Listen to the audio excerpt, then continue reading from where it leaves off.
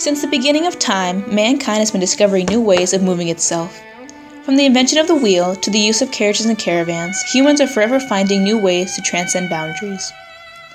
Over the course of the past few centuries, advances in transportation technology such as the train, automobile, and airplane have greatly altered America's social customs and domestic and foreign policies by facilitating military victories, territorial expansion, and interstate commerce.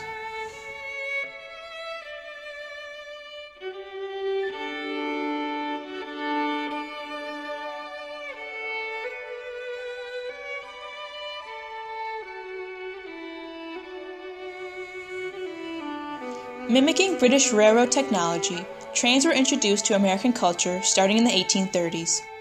The South Carolina Canal and Railroad Company was the first to use steam locomotives commonly, while the Baltimore and Ohio Railroad was the first to start passenger train service in 1830. The Baltimore and Ohio Railroad, or B&O, was one of the three oldest, largest, and most important railroads in the history of the Mid-Atlantic region. Its railways carried coal, steel, and other freight, as well as passengers, as far north as New York City and as far west as Chicago. Trying to break away from British imports, companies like B&O started to develop American-built locomotives, some including the DeWitt Clinton, a locomotive steam engine named after the governor of New York responsible for the Erie Canal, which in turn established and popularized a domestic locomotive manufacturing industry. Soon after, railroad mania began to set in. By 1850, over 9,000 miles of railroad lines had been built. Between 1855 and 1871, the federal government had begun a land grant system which granted new railway companies millions of unused acres in the West to begin their businesses. During those short 16 years, over 129 million acres were granted, along with a further 51 million acres granted by the states themselves and by various government subsidies. During this time, numerous western lines, including the Union Pacific and Central Pacific Railways, were started. Important lines like these allowed for fast travel from cities in the West Coast like San Francisco to places like Chicago, which was the mecca for shipped goods. The increasing popularity of trains and their increasing abundance also contributed to the major migrate westward, also known as Manifest Destiny.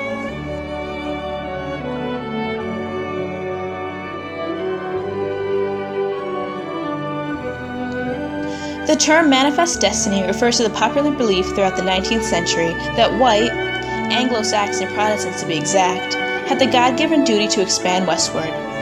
This great expansion westward would not have been possible without the help of the railroads. Before the mainstream use of railroads, families had to travel westward by wagons and caravans. This was extremely dangerous as travelers could experience the harms of untraveled routes or hostile Native Americans. No one can forget the tragedy of the Donner Party, a group of families that were unable to make it across the mountains in time for winter and had to resort to cannibalism to survive. Compared to caravans and other transportations of the time, trains were much safer and effective. They allowed for fast travel with the comfort of space and mobility. With better connections, more people were able to take the journey westward to start a new life. Railroads not only got migrants to their destination, but supported them while they were there, bringing in needed goods and supplies to small towns and outposts. Without the trains, the idea of manifest destiny would have been much harder to complete.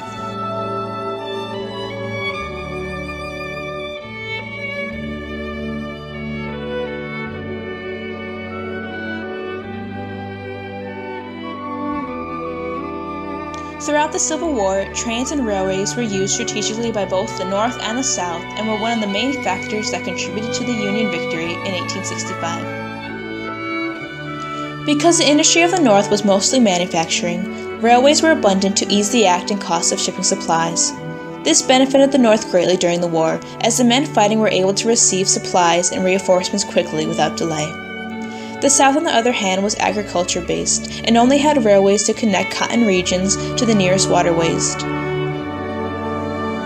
Most transport was made by boat, not rail, and after the Union blockade in 1861 and the seizure of key rivers in 1862, long-distance travel was difficult. This blockade was a huge hit to the Southern economy and disastrous to the Confederate soldiers. Rail blockades and sabotage were common on both sides, but with the North having a good deal more rails to spare and the fact that most of the actual battles were fought in the South, the Confederates were at a great disadvantage.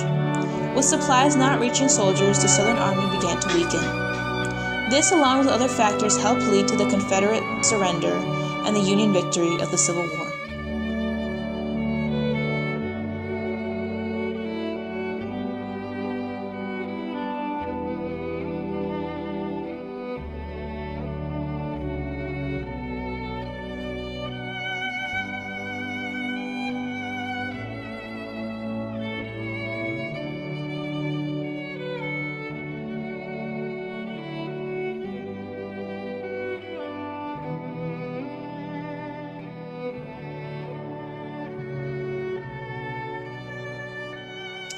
Some of the positive effects of the American railways were the millions of acres of farmland that were able to be developed for mechanization, the lowered costs for food and supplies, and the creation of a huge national sales market. Major robber barons, including J.P. Morgan, William Henry Vanderbilt, and Jay Gould, rose to power and built their wealth and industries around the railroads. Because of their monopolistic practices and other abuses of some railroads, their owners, and farmers, Congress passed the Interstate Commerce Act and created the Interstate Commerce Commission in 1887. The ICC indirectly controlled the business activities of the railroads through enforcement of extensive regulations.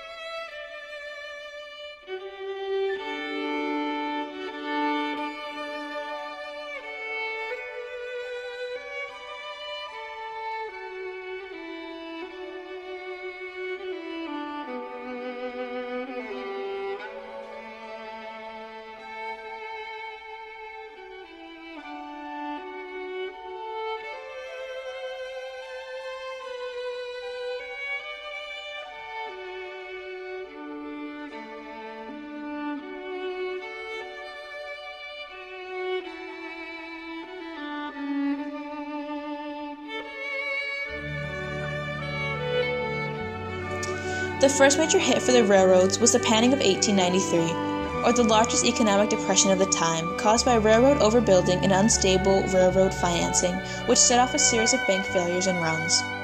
A quarter of the railway companies failed, and by 1900, over two-thirds of the companies had been absorbed by one of the 7 large main corporations, of which J.P. Morgan had one of the biggest shares. While the railways did recover slightly in the early 1900s, by post-World War II, many railroads were driven out of business due to competition from airlines and interstate highways. The rise of automobiles led to the end of passenger train service on most railroads.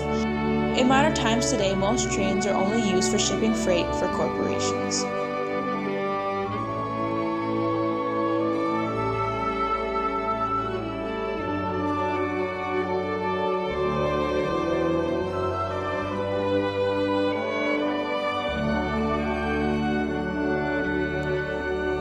In the United States today, trains' roles in modern life have shifted. Passenger trains have changed to subways underground. No longer do passengers use trains to travel cross-country. Instead, they use the more convenient automobile or airplane. Instead, trains play a major role in urban society. Large cities, like New York City, rely on subways to transport people around.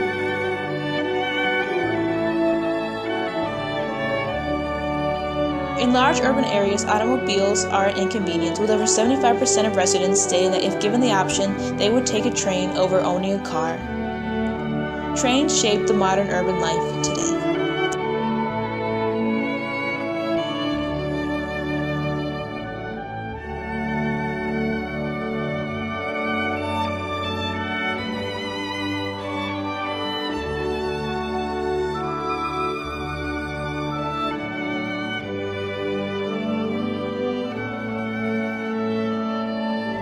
Trains have played a major role in forming the United States that most people know today. From supporting territorial expansions and the idea of manifest destiny, helping the North win the Civil War, and being a staple of urban society today, trains have altered the United States of America.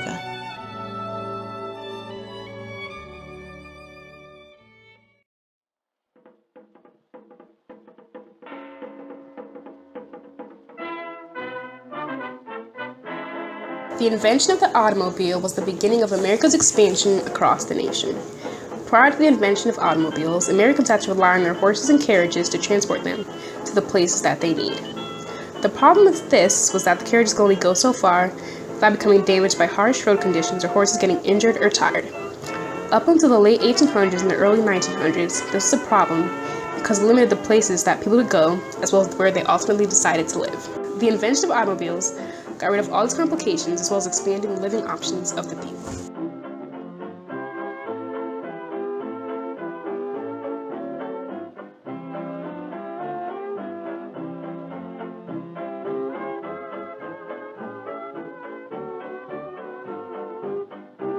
The big boom in the production of automobiles aimed towards the public masses was in the early 1900s.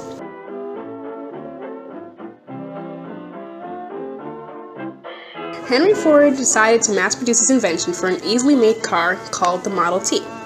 Prior to this, there was technology out there that could have formed the automobile before, but Henry Ford is the only one who took advantage of that technology.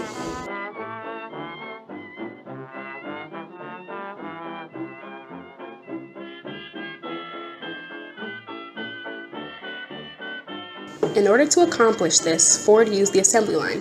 The assembly line was what made the boom of automobiles such a success. Prior to Ford's assembly line, it took 12 hours just to make one automobile, and with it only 2.5 hours. Every worker who worked on his assembly line was paid $5, which at the time was a wage never heard of because it was so high. Ford believed that if he paid his workers more money, they would be able to afford the automobiles. When he first began producing these cars, they were priced at around $450, and they were only known as luxuries for the wealthy. As the time went on, and the assembly line was a success, the price of the automobile lowered because cars were being produced quicker and in greater quantities than before. This made having a car not just a luxury for the wealthy, but a new way of transportation for the masses.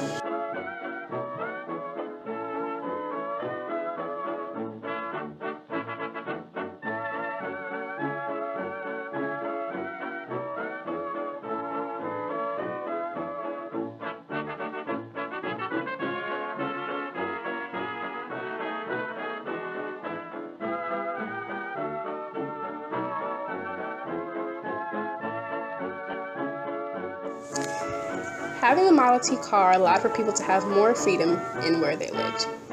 With the increase in cars for the general population, the wealthy people who formerly lived in the cities, in order to be close to all the production industry, were able to move out of the city and into more rural areas, such as the outskirts.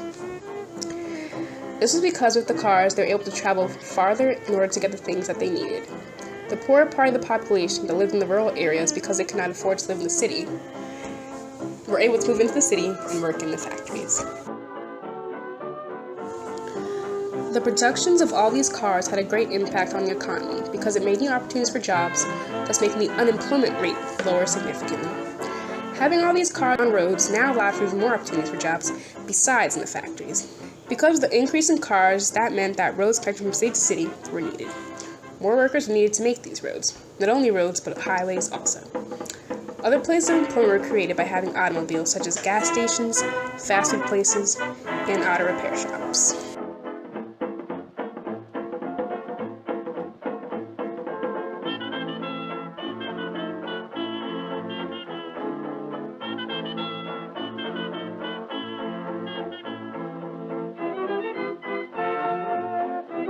Since the amount of cars owned by the masses were increasing steadily, the need for railroads declined, since people no longer had to live near railroad stations or rely heavily on it to get them places. An important change that the production of automobiles caused was the introduction of credit to the American nation in larger amounts. The reason for this was because when people wanted to buy the cars, they would not want to pay all the money right there, thus created paying in installments or installment paying. Although this later caused a great downfall to the economy during the Great Depression, it changed the economy by introducing a new way for people to buy things.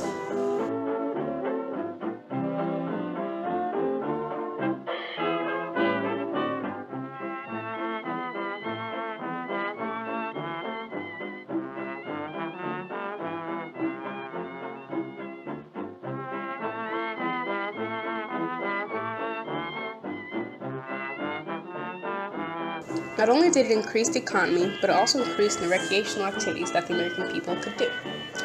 When there was only the horse and carriage available, it was not often that families could go places just to have fun, unless it was something necessary such as business or getting supplies for the home. The reason for this was because it would not be smart to use the horses and carriage or something like that unless the person was wealthy. With the creation of automobiles, families, the poor, middle class, and wealthy, were able to go on vacations to places they'd never been to before. They could also visit family that lived farther away from them more often instead of only once in a while. The youth also were able to use cars for recreational purposes with friends instead of always being with family. It gave them more freedom. Overall, the invention of automobiles gave people more freedom than they had prior.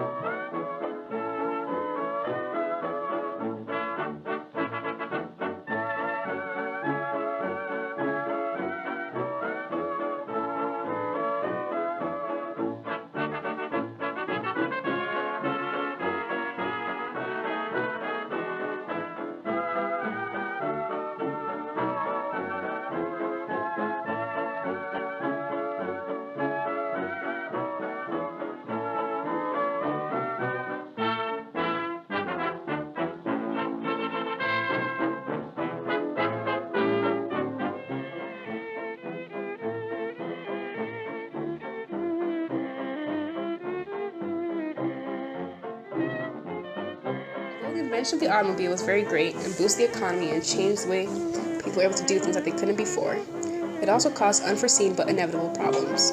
With the abundance in cars, there was a lot of traffic congestion, air pollution, and the unfortunate highway accidents. Before automobiles, there was still congestion, but with all the automobiles, it increased more than tenfold.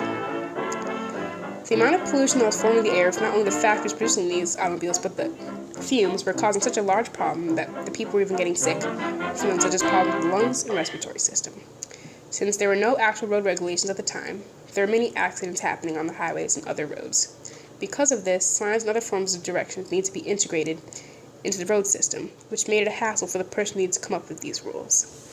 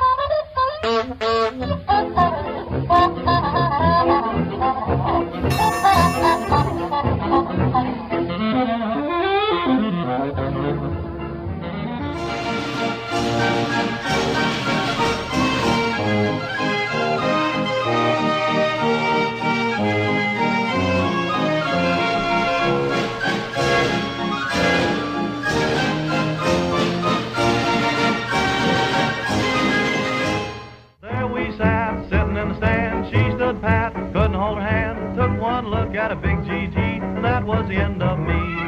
Horses, horses, horses, crazy over horses, horses, horses, goofy over horses, horses, horses. She's a little wild, silly over horses, horses, horses, daffy over horses, horses, horses. She calls me spark plug, brown eyes too. She thinks I'm born in Google at the alder, alder, alder. Maybe she will falter, falter, falter. Then I'll get a halter, halter, halter, just to make her mine. We know that horses love by heck, because we saw the horse's neck. Horses, horses, it's a lot of horses, horses all of the time.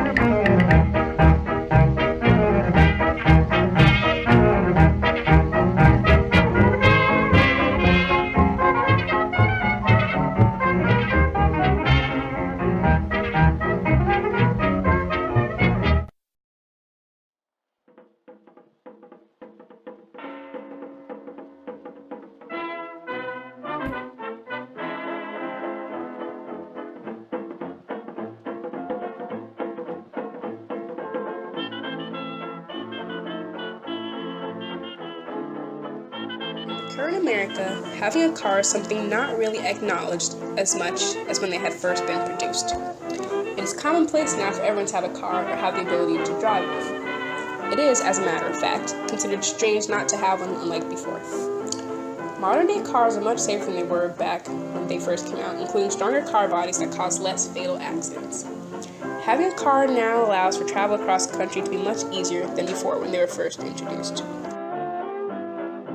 Besides the fact that they come better equipped now and can travel further distances, they are seen as a passage into adulthood, and the youth, starting at age 16, are allowed to be able to get a car of their own. Cars have impacted America because they created a large boost in the economy, as well as the common use of the assembly line that is still used today. The automobile paved the way for all the different variations of the car and all the other forms of transportation that stemmed off it. Without the invention of the automobile, America would still be stuck trying to rely on railroads to take them wherever they need to go. Automobiles managed to let the Americans expand their outlook on life. The car created many different possibilities for the American people that they did not have before.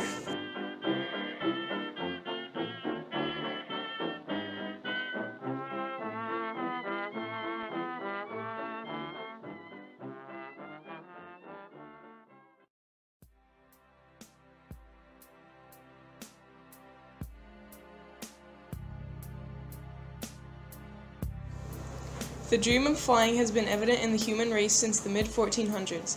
Starting with Leonardo da Vinci's plans for ornithopters, others with similar ideas were eager to create a way to be able to travel through the sky. Realizing the idea of using artificial wings to attach to machines or other objects was not effective, these early entrepreneurs changed their way of thinking. In 1783, hot air balloons became a common experiment. These balloons were hardly practical, however, because in order to reach a destination, the wind would have to be blowing in the direction of desired travel. Thus, the balloon powered by hydrogen gas was not fit for a way of transportation.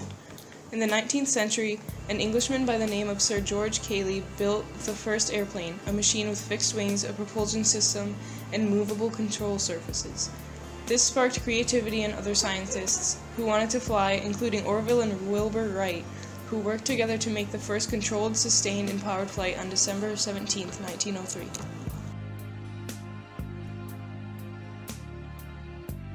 Once the Wright brothers set a foundation for the blueprints for airplanes, many successful models were created, eventually surpassing even their work. Soon, aircraft products were being made for different purposes: to float, to carry passengers, some made with platforms wired with radios to keep in contact during long flights, and some made with bombers. These fast-moving advancements proved convenient to the United States, especially with World War I quickly approaching. Airplanes made the United States a more powerful force in the world wars. Because of the introduction of aircraft in combat, the U.S. was a bigger threat to countries who weren't as advanced in flight.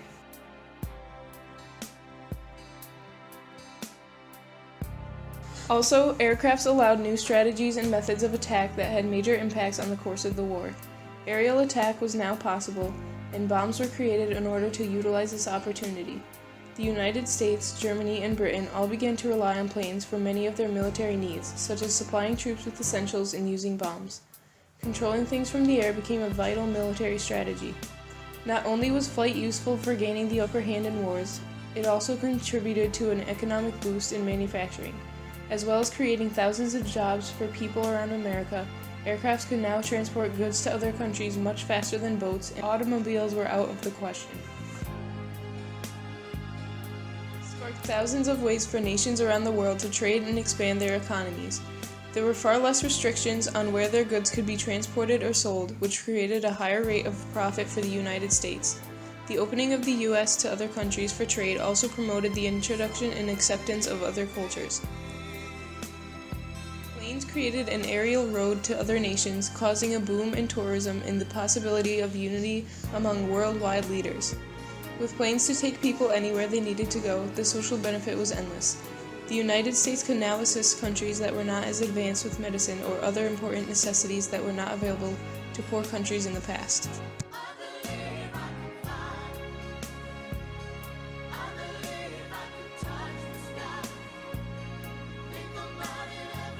Planes made it possible for developed countries to send professionals to undeveloped countries to educate their people, causing a reason for alliances. These connections, which were made possible by aircraft in the early 1900s and on, shaped the modern world as we know it. Presently, airlines and air navigation companies support millions of jobs around the world. Tourism continues to fuel the economy and introduce people from many nations to other cultures.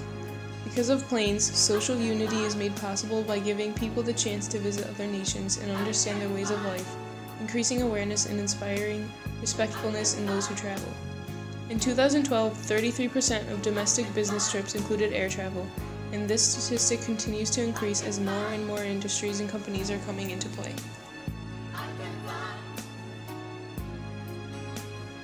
Planes have affected the United States politically, economically, and socially by introducing a new way to strategize during wars, creating millions of jobs and opening trade to a global level, and by making tourism possible as to increase awareness of other cultures and customs.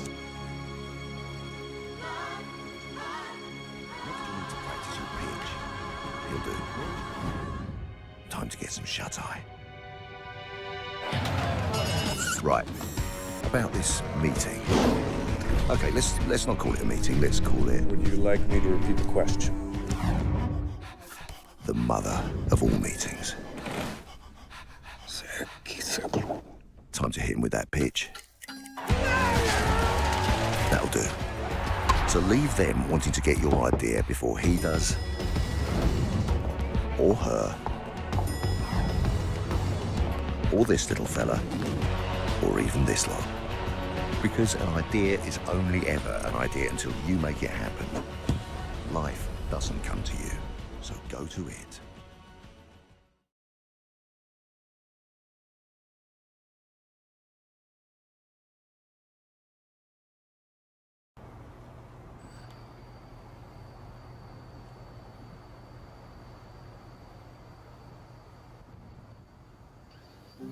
As transportation has advanced, so has the development of the United States and its society.